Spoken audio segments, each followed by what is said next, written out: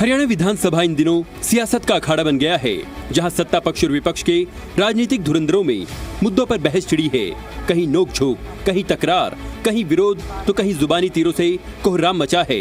हाल ही में सदन में हुए कथित बैंक घोटाला मामले में नेता प्रतिपक्ष भूपेंद्र सिंह हुड्डा ने सत्ता पक्ष को जमकर घेरा था और सरकार से जवाब मांगा था, जिस पर सीएम नायब ने स्पष्टीकरण देते हुए कहा कि सारा पैसा सरकार के खातों में वापस आ गया है और किसी भी दोषी को बख्शा नहीं जाएगा। कि कल का जो प्रकरण में शामिल हमारे कुछ का पैसा था और बोर्ड कारपोरेशनों सहित संपूर्ण राशि मात्र 24 घंटे के अंदर हमारी सारी राशि वो वापिस हमारे खातों में जमा हो गई है, जो वो राशि गई। माननीय अध्यक्ष जी, लगभग बैंक द्वारा 556 करोड़ रुपए जमा कराए गए थे, जिसमें लगभग 22 करोड़ रुपए ब्याज का भी हमने लिया।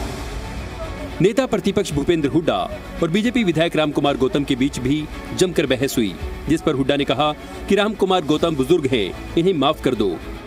पिछले दिनों अब भी कई भाई बीजेपी के खिलाफ नारा लगाते हैं, वोट चोरी, वोट चोरी।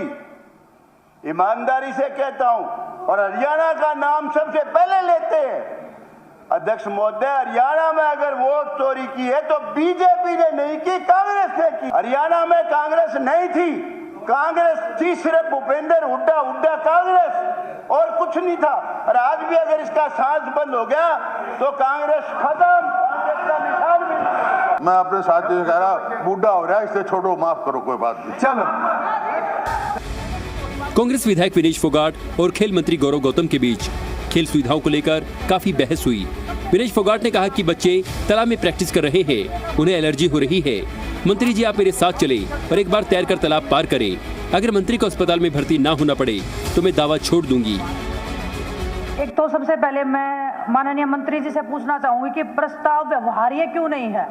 मैंने अपने विधानसभा में रामराय गांव है, वहाँ पे स्विमिंग पूल की मांग की है। पहले भी मैंने इस मांग को उठाया है। सर, वहाँ पे 250 से 300 बच्चे डेली ट्रेनिंग करते हैं और 250 से 300 बच्चे आज भी गवर्नमेंट और प्राइवेट सेक्टर में जॉब करके एक सक्षम अपना जीवन व्यतीत कर रहे हैं।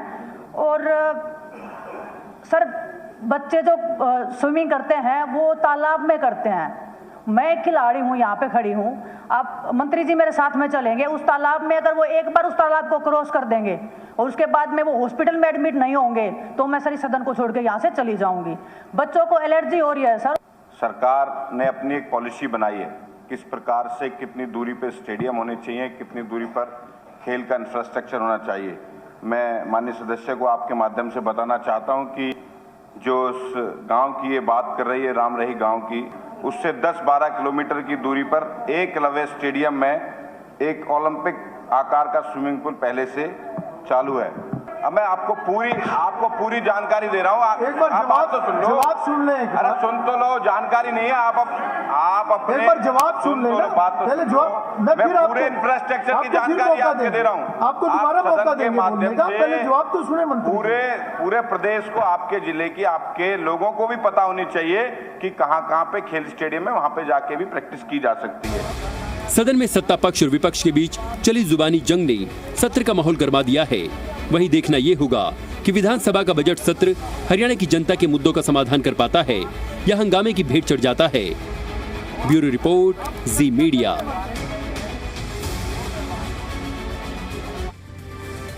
तो विपक्ष की तरफ से सवाल पूछे जा रहे हैं, सत्ता पक्ष की तरफ से जवाब दिए जा रहे हैं, लेकिन उन जवाबों से जो विपक्ष है वो कहीं ना कहीं नाखुश नजर आ रहा है। ऐसे में कई सवाल है, लेकिन आज जिन पर हम बात करने वाले हैं, जो महत्वपूर्ण जनता से रिलेटेड है, वो ये है कि सदन में जनता की आवाज कितनी उठ पा रही है। क्या जन सरोकार से जुड़े मुद्दे हावी होते नजर आ भी रहे हैं या फिर सिर्फ एक जवाब के बाद वो वहीं खत्म हो जा रहे हैं? क्या जुबानी तीरों से सदन में सिर्फ कोहराम ही मचा रहेगा या उसका कुछ सोल्यूशन भी निकलेगा? अगर किसी इशू को रेस किया जा रहा है तो कितना वो कंसीडर हो पा रहा है, ये भी देखना होगा। तो कई तरह के सवाल है, ये कुछ मुख्य सवाल है जिस पर करेंगे आज हम बात। इसके अलावा ये सदन कितना प्रोडक्टिव रह पा रहा है, इसको लेकर भी आज करने वाले बात। हमारे साथ खास मेहमान जुड़ गए हैं, उनका परिचय आपसे करवा देते हैं। भारतीय जनता पार्टी से प्रवक्ता संदीप हिंदुस्तानी जी कनेक्ट हो गए हैं हमारे साथ। कांग्रेस पार्टी से प्रवक्ता सुरेश रोड जी कनेक्ट हो गए हैं। एनएलडी से प्रवक्ता ओंकार सिंह जी कनेक्ट हो गए हैं और वरिष्ठ पत्रकार नरेश भारद्वाज जी कनेक्ट हो गए हैं। आप सभी लोगों का बहुत बहुत स्वागत है। शुरुआत नरेश सर आप ही के साथ करते हुए, अलग अलग पार्टीज की अपनी अलग अलग प्रतिक्रियाएं होती है, उनका अलग अलग पक्ष होता है, लेकिन एज अ सीनियर जर्नलिस्ट जब आप हरियाणा विधानसभा की कार्रवाई को एनालाइज कर रहे हैं, देख रहे हैं, कितनी प्रोडक्टिविटी आपको उसमें नजर आ रही है? क्या जनता से जुड़े मुद्दों पर ऐसी बात हो पा रही है, ऐसा डिस्कशन हो पा रहा है कि जो इश्यूज रेज हो रहे हैं वो कंसीडर करके उनका कुछ सोल्यूशन भी निकल सके, या सिर्फ एक सवाल के बाद एक जवाब के बाद वो खत्म हो जा रहा है? नरेश जी देखिए, विधानसभा का ये बजट सत्र है और बड़ा जरूरी है कि इसमें जनता के मुद्दे उठे, लेकिन अभी तक एक स्विमिंग पूल के अलावा मेरे ख्याल में कोई जनता से सीधे जुड़ा हुआ मुद्दा अभी तक नहीं उठाया गया। जो मुद्दे उठाए गए हैं उनमें राजनीति अधिक नजर आती है या व्यक्तिगत प्रश्न है वो उठाए गए हैं। जनता से जुड़ा हुआ मुद्दा आज एक तो आदित्य सुरजेवाला जी ने उठाया था कि महिलाओं की पेंशन 2100 देने की बजाय सरकार जो है ना अभी 1000 दिए हैं और 1100 नहीं दिए गए। और सुरजेवाला जी का ये भी आरोप था कि शायद वो 1100 दिए जाएंगे लेकिन जैसे ही चुनाव नजदीक आएगा तब दिए जाएंगे। तो मुद्दे तो जनता से जुड़े कुछ उठे भी हैं और कुछ राजनीति से जुड़े हुए मुद्दे भी उठे हैं। लगभग ऐसा है कि मिला जुला सत्र रहा है और कुछ तीखी टिप्पणियां भी हुई, कुछ बातें भी हुई, लेकिन अभी तक कोई ठोस मुद्दा विपक्ष नहीं उठा पाया जो जनता में चर्चा का विषय बन सके, जनता जिस पर अपनी प्रतिक्रिया दे सके। ऐसे मुद्दों का अभी तक अभाव रहा है।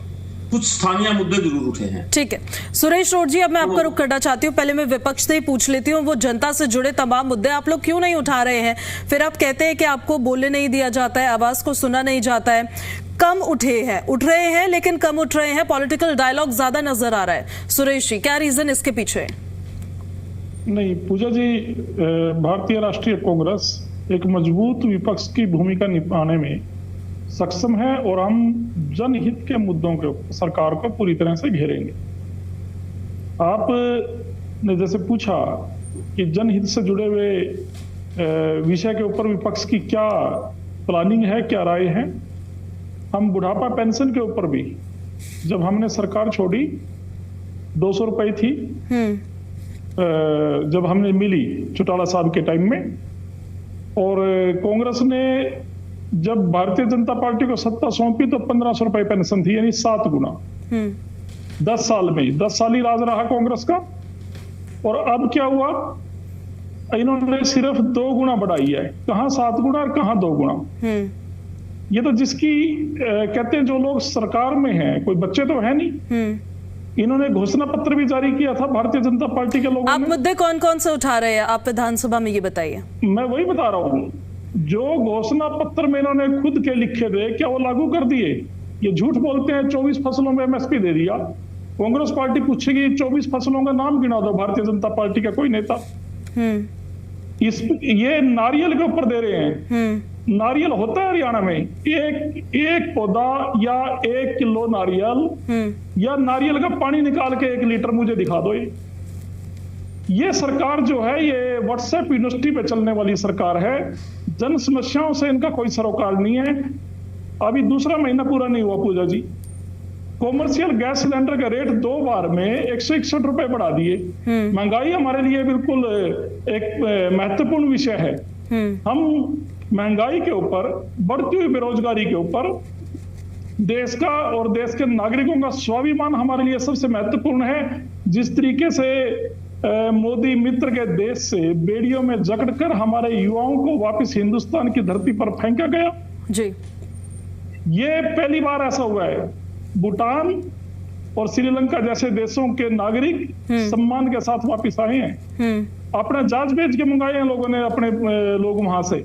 लेकिन जो तिरस्कार, जो बेइज्जती हिंदुस्तानियों की हो रही है, भारत के नागरिकों की हो रही है, ये भी हमारे लिए एक महत्वपूर्ण विषय। हरियाणा के लोग जैसे जवान भी हैं, किसान भी हैं, लेकिन भारतीय जनता पार्टी की सरकार आने के बाद वो बेरोजगार होकर अपनी जमीन जायदाद बेचकर विदेश में गए थे। उनके साथ जो सलूक किया गया, तो इस स्वाभिमान की लड़ाई भी कांग्रेस पार्टी सरकार से लड़ेगी। ठीक है, बेरोजगारी, महंगाई, पेंशन, एमएसपी, ये तमाम मुद्दे आपकी तरफ से उठाए गए हैं। मैं लौटूंगी सर आपके पास, क्योंकि मुझे फर्स्ट राउंड में सबसे छोटे छोटे रिएक्शंस लेने हैं। मैं लौट रही हूँ सर आपके पास, वापस लौट रही हूँ, और फिर इन सबका जवाब संदीप जी आप देना। ओंकार सिंह जी, आपसे भी एक छोटा सा रिएक्शन चाहती हूँ मैं, विपक्षी पार्टी होने के नाते आप कौन से मुद्दे ऐसे हैं जनता से जुड़े हुए कि वो इश्यूज रेस कर रहे हैं जिनका कुछ सोल्यूशन निकल पाए? पूजा जी, आपने बहुत ही महत्वपूर्ण प्रश्न किया कि सदन कितना प्रोडक्टिव। अब देखिए, विपक्ष का काम है जनता के हित में मुद्दे उठाना, और सत्ता पक्ष का काम है उस पर जवाब देना और समस्याओं को दूर करना।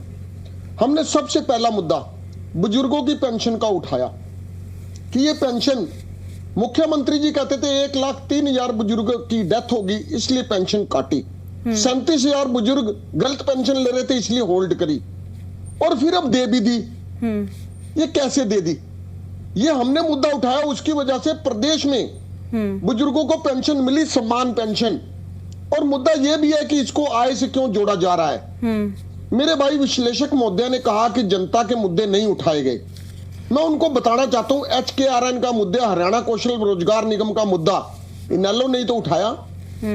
लाखों कर्मचारी HKRN के भर्ती कर दिए, जो 0 से 5 वर्ष तक की जिनकी सेवा, उनको जॉब सुरक्षा नहीं, पहली बात। और जिनकी जॉब सुरक्षा है वो भी मात्र 15,000 16,000 तनख्वाह की है, जबकि बच्चे MTech PhD किए हुए हैं उनमें। इसके साथ ही BPL कार्ड का मुद्दा इनेलो ने उठाया। जब विधानसभा चुनाव थे 52,80,000 परिवारों के BPL कार्ड बनाए गए, और अब लगभग 14 लाख काट दिए गए। ऐसे शांत बैठने वाले नहीं है, ये BPL कार्ड दोबारा लागू करवा के रहेंगे। और दूसरी बात, पर्यावरण का मुद्दा हमने उठाया कि किस तरीके से गग्गर में पंजाब गंदा पानी गिर रहा है और यमुना में दिल्ली गंगा पानी गिर रही है, तो क्या इनके खिलाफ क्या कार्रवाई हुई? इसके साथ ही दूषित पानी से मृत्यु हुई पलवल के गांव में। ये कहते हैं कि वो हेपेटाइटिस B और C से जनित है, जो दूषित पानी से संबंधित नहीं है। हम इनकी बात मान भी लें, लेकिन क्या दूषित पानी हमारे लिए फायदेमंद है? बहुत सारे इशू हैं। इसके साथ ही लेकिन मौत तो ये ना, वो दूषित पानी उसके पीछे रीजन नहीं है, जो रीजन है उसका कुछ सॉल्यूशन निकलना चाहिए। ये बात तो बिल्कुल इस पर संदीप जी, हाँ, स्कूलों में आज टीचर्स की कमी है, कौन पूरी करेगा? सरकारी स्कूलों में कोई भी व्यक्ति अपना बच्चा नहीं भेजना चाहता। पूजा जी, आप भी भेजना चाहोगे क्या? कोई मंत्री, कोई संतरी, कोई SP, कोई DC, कोई SDM अपने बच्चों को सरकारी स्कूल में भेज सकता है क्या? नहीं भेज सकता। कारण इन्होंने उसकी हालात इतने दयनीय कर दिए सरकारी स्कूलों के, उसकी तरफ कोई देखना भी नहीं चाहता। और नाम रखा है इन्होंने प्रधानमंत्री श्री मॉडल्स प्राइमरी स्कूल। ये सोचिए, सिर्फ नाम रखने से, नाम बदलने से व्यवस्था नहीं बदलेगी। व्यवस्था बदलेगी जब आप उसके लिए कार्य करोगे। सिर्फ टीवी पे आके 2-4 बातें कर लेते हैं बीजेपी के प्रवक्ता, जनता को सेटिस्फाई करने की कोशिश करते हैं, लेकिन जनता जान चुकी है ये सिर्फ जुमले और झमेलों की पार्टी है जो सिर्फ झूठ पर निर्भर है। ठीक है, मैं लौट रही हूँ सर आपके पास वापस। संदीप जी, अब आप ओवरऑल, क्योंकि अब आपने सबको सुना है और इसी वजह से पहले मैंने सबसे एक रिएक्शन लिए, आपके हिसाब से सदन की ये कार्यवाही कितनी प्रोडक्टिव चल रही है? तमाम मुद्दे हैं जो कांग्रेस पार्टी उठा रही है, INLD उठा रही है, जिसमें उन्होंने महंगाई का जिक्र कर लिया है, बेरोजगारी का जिक्र किया है, पेंशन का जिक्र किया है, MSP और बुजुर्गों की जो पेंशन होल्ड हुई थी फिर रिलीज हुई, HKRN का जिक्र उन्होंने कर लिया है। फिर बीजेपी ये क्यों कहती है? पहला, एक प्रोडक्टिव कितना आपके हिसाब से, और दूसरा ये कि विपक्ष मुद्दा विहीन है। ये सारे जो मुद्दे तो जनता से जुड़े हुए हैं। नमस्कार पूजा जी, मेरी आवाज पहुंच रही है आप तक? आ रही है सर। अभी मैंने कांग्रेस के प्रवक्ता को सुना, इनेलो के साथी प्रवक्ता को सुना। देखो, कांग्रेस के प्रवक्ता ने जो बातें बोली वो तो अब भी अगर आप उनकी गहराई में जाएंगे, जो इन्होंने बातें की हैं, इन्होंने मुद्दों की बात नहीं की है। श्रीलंका की बात कर रहे हैं, नेपाल की बात कर रहे हैं। दूसरी बड़ी बात, इन्होंने जी न्यूज जैसे चैनल के ऊपर बैठ के एक बहुत बड़ा झूठ और बोल दिया कि हमने 1500 रुपए बुजुर्गों को पेंशन दी थी। मैं आपको सिलसिलेवार तरीके से बताऊंगा। जब भाजपा समर्थित इनेलो सरकार थी उस समय बुजुर्गों की पेंशन 100 रुपए से 200 रुपए बढ़ा के 300 रुपए की गई। 2005 में कांग्रेस की सरकार आई पूजा जी। 2005 से लेके 2009 तक जब विधानसभा का चुनाव था, उस चुनाव से सिर्फ 8 महीने पहले हुड्डा सरकार ने बुजुर्गों की पेंशन मात्र 200 रुपए बढ़ाई। चुनाव को देखते हुए बुजुर्गों की पेंशन 200 रुपए बढ़ा के इन्होंने 300 रुपए से 500 रुपए की। 2009 के बाद ये फिर सो गए। जब 2014 का विधानसभा चुनाव आया, उसके बाद कांग्रेस फिर नींद से उठी और चुनावी फायदा लेने के लिए इन्होंने बुजुर्गों की पेंशन को 500 रुपए से 1000 रुपए करने का फैसला किया। अब आप मेरे को ये बताइए, 10 साल ये सरकार में रहे, 300 से लेके इन्होंने 1000 रुपए किया, 700 रुपए बढ़ाए, और वो भी कब बढ़ाए? जब चुनाव का समय सिर के ऊपर आया। भारतीय जनता पार्टी की सरकार 2014 में बनी। हमने बुजुर्गों से वादा किया था, आप कोई भी सन उठा के देखिए, 2014 से लेके 2026 तक कोई ऐसा साल नहीं गया जिसमें प्रतिवर्ष हमने बुजुर्गों के सम्मान में बढ़ोतरी करने का काम नहीं किया हो। तो हर साल हमने 200 से 250 रुपए बुजुर्गों का सम्मान राशि बढ़ाते हुए पेंशन को कुछ 1000 रुपए से और आज 3200 रुपए आज हमने कर दिया है।